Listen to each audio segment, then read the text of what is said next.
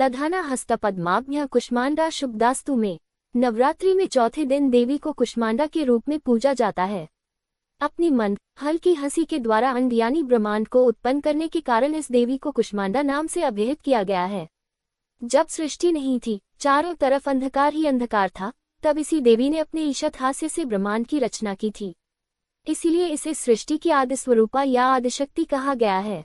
इस देवी की 8 भुजाएं हैं, इसलिए अष्टभुजा कहलाई। इनके 7 हाथों में क्रमशः कमंडल, धनुष, बाण, कमल पुष्प, अमृतपूर्ण कलश, चक्र तथा गदा हैं।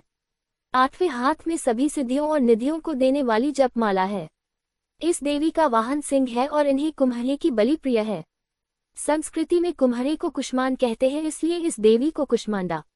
इस देवी का वास सूर्यमंडल के भीतर लोक में है।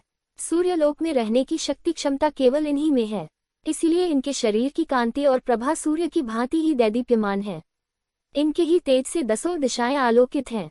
ब्रह्मांड की सभी वस्तुओं और प्राणियों में इन्हीं का तेज व्याप्त है। अचंचल और पवित्र मन से नवरात्रि के चौथे दिन इस देवी की पूजा आराधना करना चाहिए। इससे भक्तों के रोगों और शोकों का नाश होता है तथा उसे आयु, यश, बल और आरोग्य प्राप्त होता है। ये देवी अत्यंत सेवा और भक्ति से ही प्रसन्न होकर आशीर्वाद देती हैं। सच्चे मन से पूजा करने वाले को सुगमता से परम पद प्राप्त होता है। विधि विधान से पूजा करने पर भक्त को कम समय में ही कृपा का सूक्ष्म भाव अनुभव होने लगता है। ये देवी आधियों व्याधियों से मुक्त करती हैं और उसे सुख, समृद्धि और उन्नति प्रदान करती हैं। अंततः इस देवी की उपासना में भक्तों को सदैव तत्पर रहना चाहिए।